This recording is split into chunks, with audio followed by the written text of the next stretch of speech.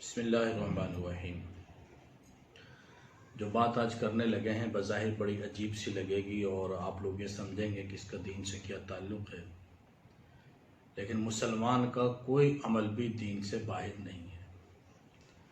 کوئی عمل ایسا نہیں کہ جسے ہم دین سے خارج کر سکیں۔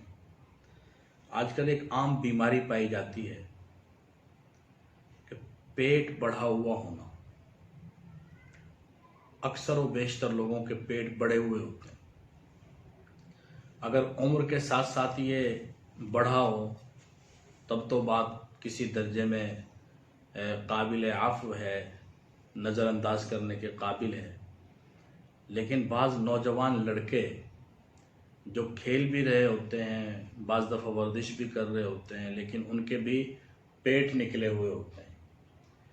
یہ صرف جسمانی اعتبار سے کوئی خرابی نہیں ہے، یہ کوئی طبی نقطہ نظر سے ہی محض غلط کام نہیں ہے، بلکہ شرعاً بھی اس چیز کو پسند نہیں کیا گیا۔ نبی کریم صلی اللہ علیہ وسلم کے سامنے ایک ایسا آدمی آیا کہ جس کا پیٹ نکلا ہوا تھا، اور ظاہر بات ہے کہ اس زمانے میں تو لوگوں کے پیٹ نکلتے نہیں تھے، کوئی ہلکا پھلکا نکلا ہوا ہوگا، وہ آج کے سے زمانے کے ڈھول سے تو نہیں تھے اس زمانے میں، کوئی ہلکا پھلکا نکلا ہوا ہوگا تو اللہ کے نبی نے اس میں زور سے انگلی چبوئی اور فرمایا کیا ہے؟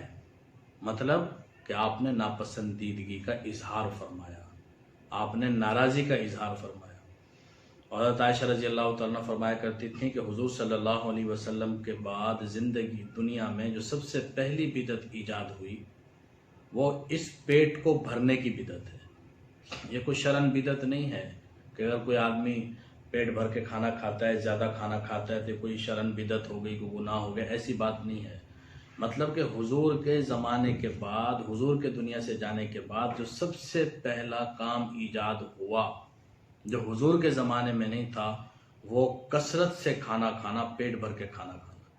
اب حال یہ ہے کہ پہلے کھا کھا کے پیٹ بڑے کر لیتے ہیں، اور پھر پیٹ کم کرنے کے لیے بھی کھانے کی ہی چیزیں بتائی جاتی ہیں۔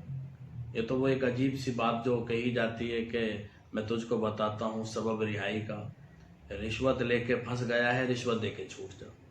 میں تجھ کو بتاتا ہوں سبب رہائی کا، رشوت لے کے پھنس گیا ہے، رشوت دے کے چھوٹ جا۔ کھا کھا کے پیٹ بڑا ہو گیا ہے، اب کھا کھا کے اسے چھوٹا کرنے کی کوشش کرو۔ اللہ رب العزت کو مضبوط مومن، قوی مومن کمزور مومن کے مقابلے میں زیادہ پسند ہے، اور جس کی توند نکلی ہوئی ہے، پیٹ نکلا ہوا ہے، ظاہر بات ہے کہ وہ کوئی مضبوط مومن تو نہیں ہو سکتا۔ وہ بات الگ ہے کہ روحانیت اصل چیز ہے، کہ روحانی اعتبار سے جو مسلمان مضبوط ہے وہ روحانی اعتبار سے کمزور کے مقابلے میں اللہ رب العزت کے ہاں بہت بڑے مقام رکھتا ہے۔ لیکن یہ صرف روحانیت کی حد تک نہیں ہے، جسمانی اعتبار سے بھی قوی مومن، مضبوط مومن اللہ رب العزت کے نزدیک کمزور مومن سے زیادہ پسندیدہ ہے۔ تو یہ ایک جسمانی نقص ہے، جسمانی عیب ہے، اور یہ ہماری بہت بڑی کوتاہی ہے کہ ہم سستی اور کوتاہی کرتے رہتے ہیں۔ اس میں سب سے بڑا جو عمل دخل ہے وہ سستی کوتاہی کا ہے، اور اپنے خواہش پر قابو نہ پا سکنے کی وجہ سے وہ کھاتے ہی رہتے ہیں۔ حالانکہ ایک معیار بتایا ہوا ہے کہ جب ایسا مرحلہ پیش آئے کہ اب مزید کھانا چاہیے کہ نہیں کھانا چاہیے، بس اس وقت کھانا چھوڑ دینا چاہیے۔ یہ ہر وقت کھاتے رہنا یہ کوئی مطلوب چیز نہیں ہے، کوئی اچھی اور پسندیدہ چیز نہیں ہے۔ نبی کریم صلی اللہ علیہ وسلم کے دسترخوان پر سلاد، رائتہ، چٹنی، ان چیزوں کو پسند نہیں کیا گیا۔ حضور علیہ السلام کے کھانے پر جو آپ کی جو عادات میں اور آپ کے جو کھانے کی ترتیب کے اندر جو باتیں بتائی گئی ہیں ان کے اندر یہ کہ چیزیں نہیں ہوتی تھیں، ان کو پسند نہیں کیا گیا۔ کیوں؟ کہ ان کا مقصد ہوتا ہے کھانے کو ہضم کرنا۔ تو اللہ کے نبی یہ نہیں چاہتے تھے کہ اللہ کے نبی یہ چاہتے ہیں اتنا کھانا کھایا ہی کیوں جائے کہ جس کو بعد میں ہضم کرنے کے لیے الگ سے کوئی چیز کھانی پڑے۔ یعنی کہ اتنی عجیب بات ہے کہ اتنا کھاتے ہیں کہ اس کو ہضم کرنے کے لیے بھی الگ سے کچھ چیزیں کھانی پڑتی ہیں، اور بعض لوگوں نے تو مستقل دوائیں رکھی ہوتی ہیں کہ پہلے خوب کھائیں گے اور پھر دوا کھانا مجبوری بن جائے گی۔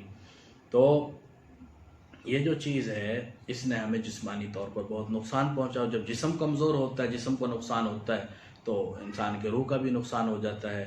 اس لیے ان چیزوں کے اوپر قابو پانا چاہیے کہ زندگی کھانے کے لیے نہیں، کھانا زندہ رہنے کے لیے ہے، زندگی کھانے کے لیے نہیں ہے۔ ہمیں ہماری آنکھ پر بھی ہمارا حق ہے، ہمارے جسم کے اوپر ہمارا حق ہے، تو اللہ کے نبی نے ہمیں تلقین کی ہے، ہمیں اپنی جسموں کی بھی حفاظت کرنی چاہیے۔ اللہ تعالی ہمیں عمل کی توفیق نصیب فرمائے۔